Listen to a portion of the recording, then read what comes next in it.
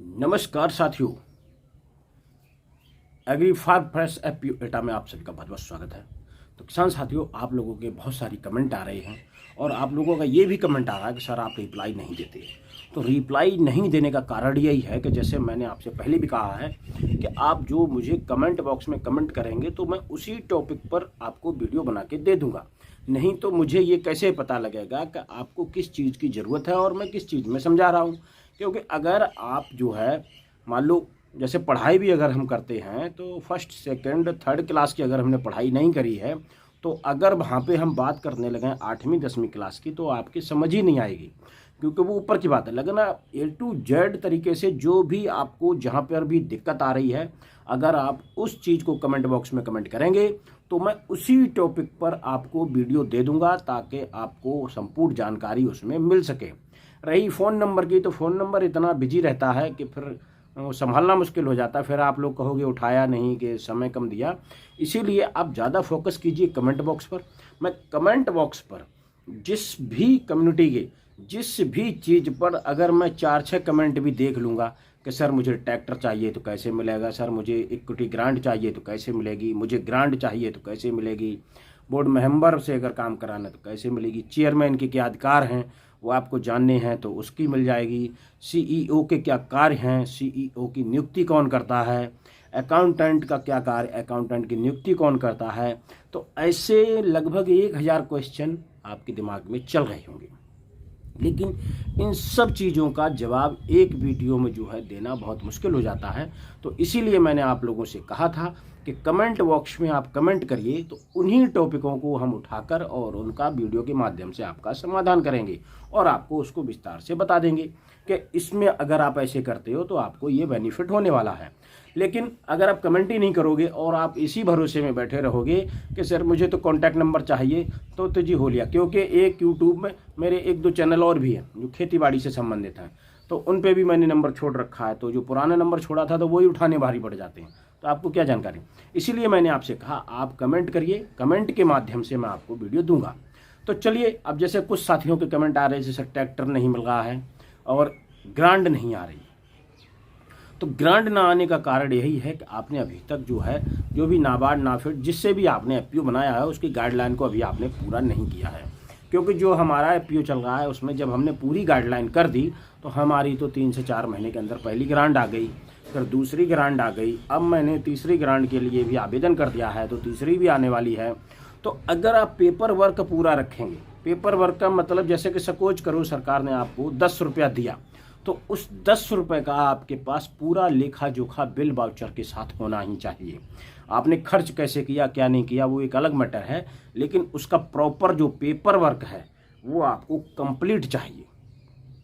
वो paper work आपको complete चाहिए। जब आप वो पेपर सबमिट करेंगे और वो वेरीफाई हो जाएंगे, जब अप्रूव हो जाएंगे तो आपकी ग्रांट ऑटोमेटिकली ही आ जाएगी। लेकिन जब तक आप जो 10 रुपया या 100 रुपया 1000 रुपया जो आपने लिया सरकार से उसका पूरा बायोडाटा आप हिसाब नहीं दोगे तब तक वो आपको नहीं आएगा। दूसरी बात, इसमें अगर इक्विटी ग्रांट में सकुच करो कि आपके पास 3 लाख रुपए का फंड आ गया, तो 3 लाख रुपए में से आपने क्या काम किया, 2.5 लाख रुपए खर्च कर लिया और 2.5 लाख रुपए अकाउंट में ही पड़ा रहा। उसके बाद जब आपने बिल वाउचर लगाई तो वो बिल वाउचर, क्योंकि आपने 2.5 लाख ही खर्च किया है तो आपने 2.5 लाख ही बिल वाउचर लगाए होंगे। आपने सोचा ये 50,000 रुपये हम धीरे धीरे यूज कर लेंगे। लेकिन जब नेक्स्ट बार आप ग्रांट के लिए पेपर सबमिट करोगे और उसमें आपने लिया है 3 लाख रुपए और दिखाओगे आप हिसाब अगर 2.5 लाख रुपए का, तो अगली ग्रांट से वो आपका 50,000 रुपये का अमाउंट कटने वाला है। ये आप बिल्कुल ही गांठ बांध लो, क्योंकि वो 50,000 रुपये आपको नहीं मिलेगा। वो क्यों नहीं मिलेगा कि इसका मतलब वो आप खर्च ही नहीं कर पा रहे हो, तो आपका नया वाला जो ग्रांट है वो पूरा आपको नहीं मिलेगा, क्योंकि आपकी कैपेसिटी ही बस उतनी ही है जितना आपने खर्च किया है। तो इसीलिए हमें पूरा खर्च करना है और सिस्टम से हिसाब से खर्च करना है, ज़रूरत के काम करने। ऐसा नहीं कि वो फिजूल के झूठे वूटे बिल वाउचर लगा दो, क्योंकि आजकल तो मैंने ये देखा है 90% तो एफपीओ ऐसे ही कर रहे हैं। ज़मीन पे कुछ काम है नहीं उनके, बस ऐसे झूठे पेपर लगाए जा रहे हैं। तो इसीलिए अगर आपको लॉन्ग टाइम चलना है, क्योंकि एफपीओ बहुत बड़ा प्रोजेक्ट है, अगर आपको लॉन्ग टाइम चलना है तो आपको पेपर वर्क एकदम पूरा रखना चाहिए, ओरिजिनल सही से रखना चाहिए। और बिल्कुल प्रॉपर तरीके से होना चाहिए। ऐसा नहीं है कि सब फेक हो जाए। तो फेक वाले एफपीओ बहुत ज़्यादा चलने वाले नहीं हैं। इसीलिए मैंने एक वीडियो में आपसे कहा था कि जितने भी एफपीओ बने हुए हैं, चाहे सरकार कितना भी झंडा गाड़ ले, चाहे जो मर्जी गाड़ ले, चाहे कितना जोर लगा ले इनको चलाने पे, लेकिन गवर्नमेंट की पॉलिसी के कारण ही इसमें से 100 में से 95 एफपीओ 2025 तक पूरी तरीके से बंद हो जाएंगे। उनको कोई चलाने वाला नहीं, क्योंकि कोई ऐसी प्रॉपर गाइडलाइन नहीं आई, कोई प्रशिक्षण का कार्यक्रम नहीं है। सीबीबीओ बना तो दिए गए हैं, लेकिन वो खाना पूर्ति कर रहे हैं, उनके पास खुद ही एक्सपीरियंस नहीं, तो हमें क्या देंगे। तो इसी तरीके से जो है सरकार इसमें भी कुछ नहीं कर पा रही है। अब इसमें दिमाग लगाना आपको कि मान लो सरकार ने दे दिया पैसा, तो हमें क्या करना कि सरकार से तो ले लिया हमने पैसा, अब पैसा लेने के बाद हमें उसको उचित जगह खर्च करना चाहिए जहां हमें ज़रूरत है, जिसमें हमारे किसान का हित हो सके। और अगर आप उस पैसे का उचित हिसाब किताब नहीं लगाओगे, नहीं उसका लेखा जोखा रखोगे, तो आपको इसमें जेल तक होने की संभावना है। ये बात जो बोर्ड मेंबर हैं वो कान खोल कर सुन लें, इसमें जेल तक का प्रावधान है, क्योंकि ये 2013 कंपनी एक्ट के तहत ही रजिस्टर्ड होते हैं एफपीओ। और जो रजिस्टर्ड होते हैं तो इनमें सारी कानूनी नियमावली लागू हो जाती है। तो आप सोचो ये अपनी घरवा की मनमानी है, ऐसा कुछ भी नहीं होगा। तो ये तो आपको पेपर तैयार रखने, जिसमें कोई भी लेखा जोखा कहीं भी 1 रुपये का भी गड़बड़ नहीं होना चाहिए, बिल्कुल एकदम एक्यूरेट होना चाहिए, आपके खाते से, आपके कैश बुक से बिल्कुल मैच होना चाहिए, बिल वाउचर से। तो ऐसा आपको सेटअप तैयार रखना है। अब रही बात कि बहुत सारे साथियों के एक कमेंट ये भी आ रहा था कि किसानों को कहाँ कहाँ से जोड़ सकते हैं। तो जी सीधी सी बात है कि आपको एफपीओ वाले तो ये कहेंगे, जो सीबीबी वाले या सरकार कहती है कि पूरे हिंदुस्तान से कहीं भी आप फार्मर इनको जोड़ सकते हो। लेकिन समस्या ये आती है कि जिस किसान से हम मान लो 1500 रुपये लेंगे और उसको जोड़ेंगे, और अगर हम उसको प्रॉफिट नहीं दिला पाएंगे तो वो हमसे जुड़ेगा ही क्यों, वो तो निगेटिविटी और हो जाएगी। लेकिन हमें शिक्षा ये दी जा रही है कि आप कहीं से भी जोड़ लो। कहीं से अगर जोड़ लेंगे तो कोई ऐसा ब्लॉक वाला है जो दूसरे ब्लॉक को दूसरे ब्लॉक की फैसिलिटी दे दे? वो देगा ही नहीं। वो कहेगा नहीं, आपकी फलानी ब्लॉक है तो आपको वहीं से मिलेगा, आपको नहीं दे सकते। तो फिर जब आप उसको प्रॉफिट ही नहीं दिला पाओगे तो ब्लॉक से बाहर के आप कितने भी जोड़ लो, लेकिन आपका उससे समस्या हल होने वाली नहीं है। तो इसीलिए आप फोकस कीजिए अपने ब्लॉक के अंदर। जब आप अपनी ब्लॉक के अंदर फोकस करेंगे तो वो आपके परमानेंट कंज्यूमर बन जाएंगे, और जब परमानेंट कस्टमर हो गए, परमानेंट एम्प्लॉय हो गए, तो आगे चल के जब हम इक्विटी ग्रांट के रूप में फंड जो सरकार से लेंगे, तो उस फंड का जब हम व्यापार करेंगे, चाहे तो हम उनकी खरीद बिक्री करें, उनकी फसल जो उपज होती है उसको खरीदें और बड़ी बड़ी कंपनियों को बेच दें। क्योंकि हमारे पास भी आईटीसी कंपनी है, पतंजलि है, ऐसी बहुत सारी कंपनियों के ऑफर आ रहे हैं कंपनी की तरफ से कि आप अपने एफपीओ को जोड़ लीजिए, जो कि हमें अपना गेहूँ, बाजरा, मक्का, सरसों जो भी उपज होती किसानों की वो खरीदने के लिए तैयार हैं। लेकिन अभी कुछ थोड़ा रेटों में कन्फ्यूजन है, तो इसीलिए हमारा टाई अप नहीं हो पा रहा है। लेकिन आप लोगों के क्षेत्र में शायद आप लोगों को अगर मार्जिन से वो देते हों और अपना हिसाब में बैठता हो, तो आप लोग ऐसा भी टाई अप कर सकते हैं कि किसानों की संपूर्ण उपज को, जितने भी किसान आपने जोड़े हैं, सबकी फसल आप खरीद कर उसको अच्छे दामों में उनको बेच सकते हो, जिससे उनको ज़्यादा लाभ हो सके।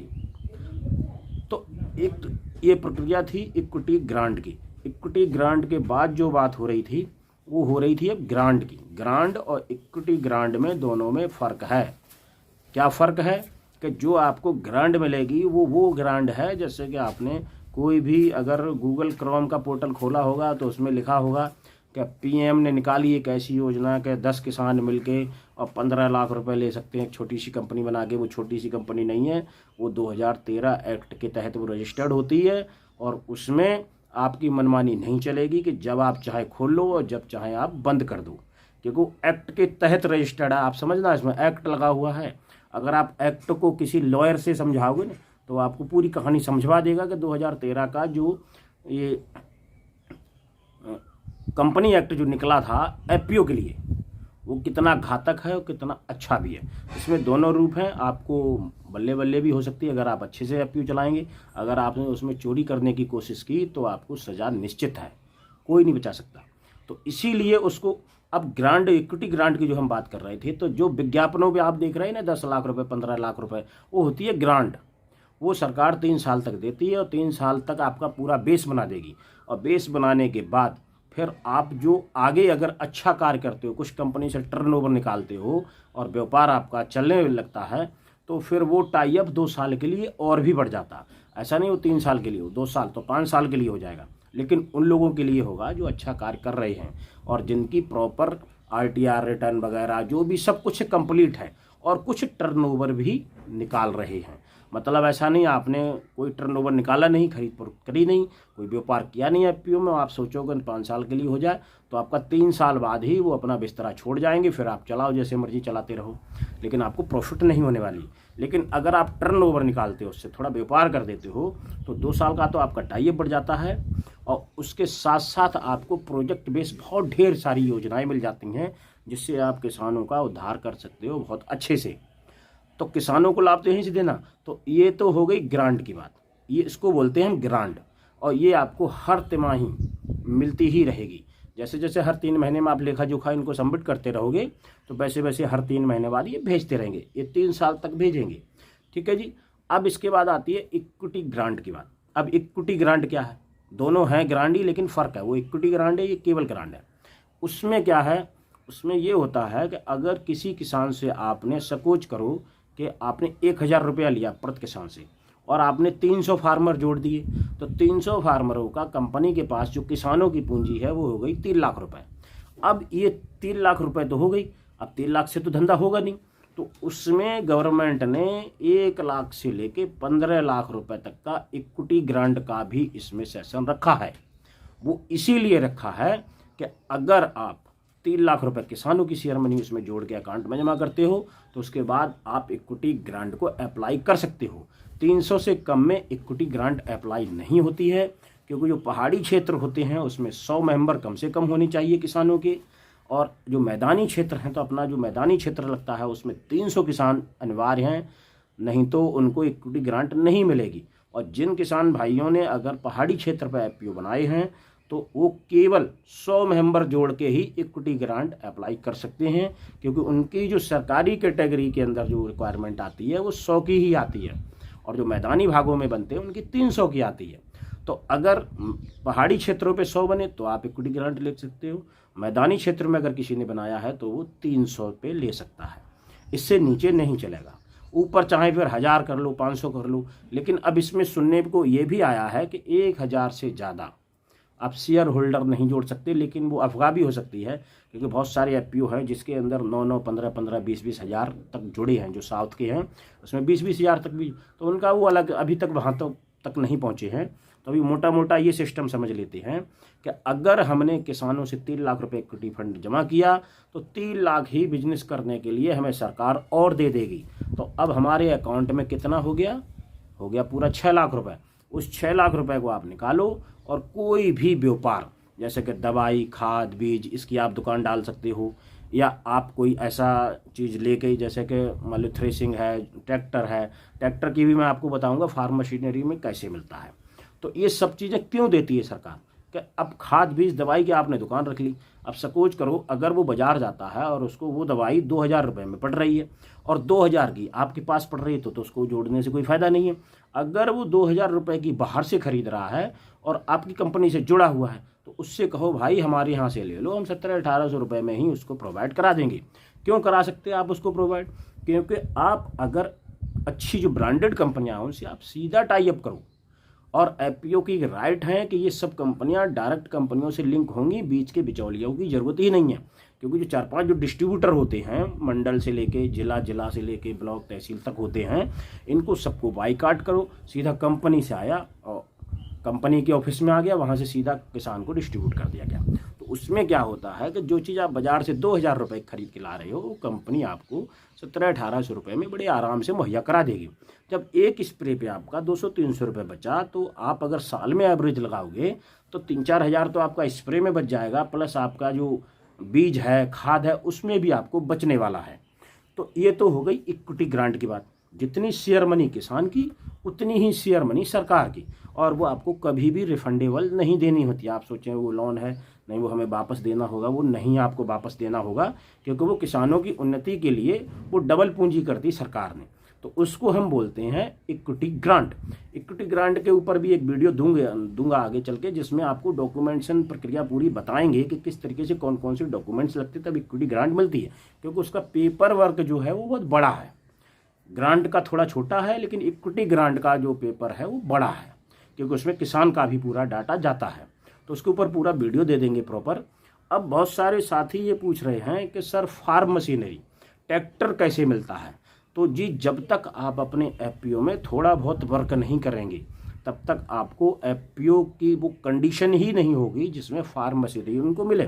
फार्म मशीनरी का मतलब ये है, इनका लगभग 16 लाख रुपए का एक पूरा प्रोजेक्ट होता है।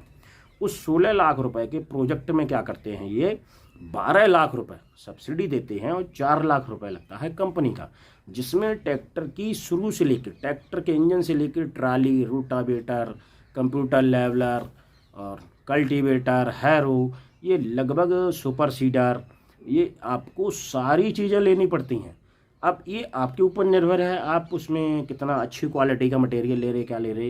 ये फार्म मशीनरी कंपनी में इस वजह से दी जाती है क्योंकि जो सब्सिडी दी वो आपको नहीं दी, वो कंपनी को इस वजह से दी गई है जिससे किसानों का आप सस्ते में थोड़ा कार्य कर सको। जैसे मान के चलो कि अगर आपके गांव में एक ट्रैक्टर है और ट्रैक्टर वाला अगर एक ट्रैक्टर निकाल के लाया तो वो कम से कम कितना 10-12 हज़ार रुपये का कर्जदार हो जाएगा। ये तो उसकी जेब से लगा होगा तो 10-12 लाख तो लगा है ना। अब 10-12 लाख रुपए का अगर वो ब्याज भी निकाले 1-2% का तो वो भी उसको नहीं बचता। तो इसीलिए उसको कार्य महंगा करना पड़ता, क्योंकि उसको किस्तों की भी टेंशन है। नगद लाया तो उसका तो ब्याज ही वो जोड़ेगा, और जो किस्तों में लाया उसको इंस्टॉलमेंट भी देनी, भी ब्याज की बात वही पड़ती है। तो इसलिए वो दोनों लोग सस्ता नहीं कर पाते।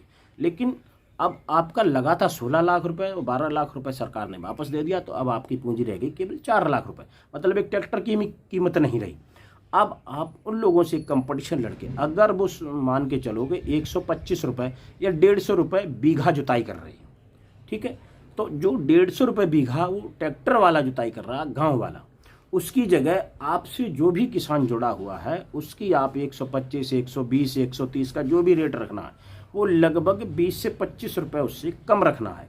कम क्यों रखना है? क्योंकि जो शेयर मनी दिए थे आपको उन्हीं की बदौलत तो ये सारा कुछ हो रहा है। और अगर आप उनको प्रॉफिट ऐसे टुकड़ों में नहीं कराओगे तो वो आपसे जुड़ेंगे ही नहीं, और जुड़ेंगे नहीं तो कंपनी का जो व्यापार है वो कभी बढ़ेगा ही नहीं।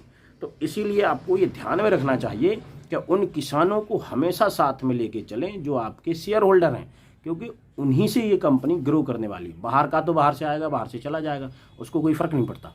लेकिन उन किसानों का आपको हमेशा ध्यान रखना है जो आपकी कंपनी में शेयर होल्डर, क्योंकि आप पे भरोसा किया उन्होंने, और अगर आप उनको प्रॉफिट नहीं कराओगे तो फिर आपको उसका कोई बेनिफिट नहीं मिलने वाला है।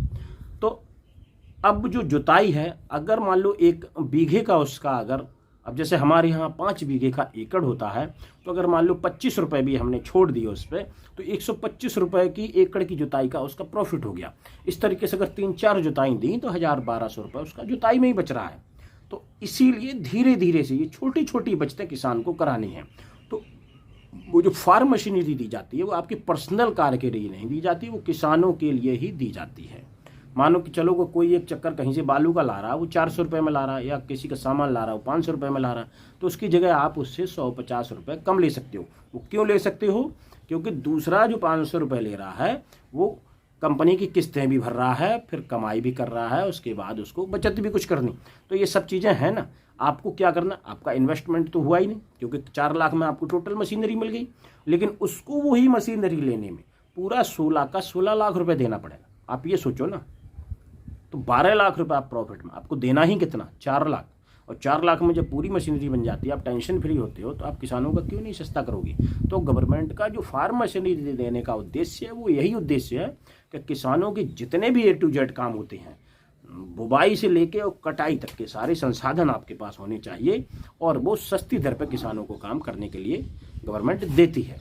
अब जैसे किसी किसान ने अगर ट्रैक्टर है, उसे रोटावेटर चाहिए, उसे कल्टीवेटर चाहिए, उसे थ्रेसर चाहिए, उसे कटर चाहिए, जो भी चाहिए, तो वो जिला की जो योजनाएं निकलती हैं वहाँ से आप उनका भी बेनिफिट दिला सकते हो उन किसानों को। तो आप लोगों को आज का वीडियो जो बहुत लंबा हो रहा है वो इसीलिए लंबा हो रहा है कि बहुत सारे टॉपिक इकट्ठे हो गए थे। तो आप इस चीज़ को सोच लेना कि जितने आप कमेंट करोगे उतने ही आपको वीडियो मिलते जाएंगे। क्यों? कमेंट के आधार पर ही वीडियो बनाएंगे, नहीं तो अगर हम अपनी राम कहानी इसमें पढ़ते रहेंगे वो आपकी पल्ली नहीं पड़ेगी। क्यों? वो हाई लेवल की बात हो जाएगी वहाँ पे कि एफपीओ जब प्रोग्रेस करता है तो उसके बाद हमें क्या करना है, उसके बाद एफपीओ के जो सालाने खर्चे हैं वो कितने हैं। अभी हमारा एफपीओ मुश्किल से साल भर को बना हुआ है और उसका अभी जो सीएन एस्टीमेट भेजा है वो लगभग 48,000 रुपये साल का खर्चा है जो अभी भेजा। लेकिन हमारा अनुमान ये कहता है कि 70 से 80,000 रुपये साल का एफपीओ का एक का चलाने का खर्चा होता है अगर वो रनिंग के अंदर है। और जब रनिंग में ही नहीं तो खर्चा क्या करेगा, वो तो बंद करके वैसे भी बैठेगा, जेल जाने की तैयारी करेगा। तो वो चीज़ें हैं। तो अगर आप रनिंग में आ जाओगे तो आपको सारी बेनिफिट 80,000 पता भी नहीं लगेंगे कहाँ से निकल गई, कि बहुत सारी योजनाएं परियोजनाएं जुड़ी होती हैं, आप कहीं से भी उनको आराम से निकाल सकते हो। और प्रोजेक्ट में जब आप किसी पे काम करोगे तो उस प्रोसेसिंग यूनिट से भी तो कुछ पैदा होने वाला है। सपोज करो अगर ट्रैक्टर भी आ गया तो क्या आप दिन का 1,000 रुपये भी नहीं कमाओगे, 500 भी नहीं कमाओगे। तो इस तरीके से ये सारा सिस्टम चलता है। तो कहीं पे हम ऊपर हैं तो कहीं पे वो नीचे है, मतलब बचत तो इसी तरीके से आनी। आप सोचो ये पूरा इस तरीके से बचत आ जाए कि नहीं इसमें लड्डू खाने, वो नहीं मिलेगा। आप मेहनत करोगे तभी आपको सब कुछ मिलेगा। तो आज का वीडियो बस यहीं पे समाप्त कर रही हैं क्योंकि बहुत लंबा टॉपिक हो गया था। अगर आप लोगों को और वीडियो चाहिए तो आप कमेंट बॉक्स में कमेंट करें कि किस टॉपिक पर चाहिए, आपको क्या जानकारी चाहिए। तो जानकारी के हिसाब से ही, और 1-2 से काम नहीं चलेगा, कम से कम 5-6 लोगों के एक ही कमेंट होने चाहिए कि सर हमें इक्विटी ग्रांट पे चाहिए, ग्रांट पे चाहिए, ट्रैक्टर पे चाहिए, या हमें प्रोसेसिंग यूनिट के लिए चाहिए, हम कैसे के किसी भी टॉपिक पर एफपीओ संबंधित उसका आप कमेंट करेंगे, उसका वीडियो हम आपको देंगे, पूरा ज्ञान देंगे उसमें। तो अगर आप लोगों को ये पसंद आया हो तो ज़्यादा से ज़्यादा लाइक शेयर सब्सक्राइब करें। मिलते हैं अगले वीडियो में। नमस्कार, धन्यवाद।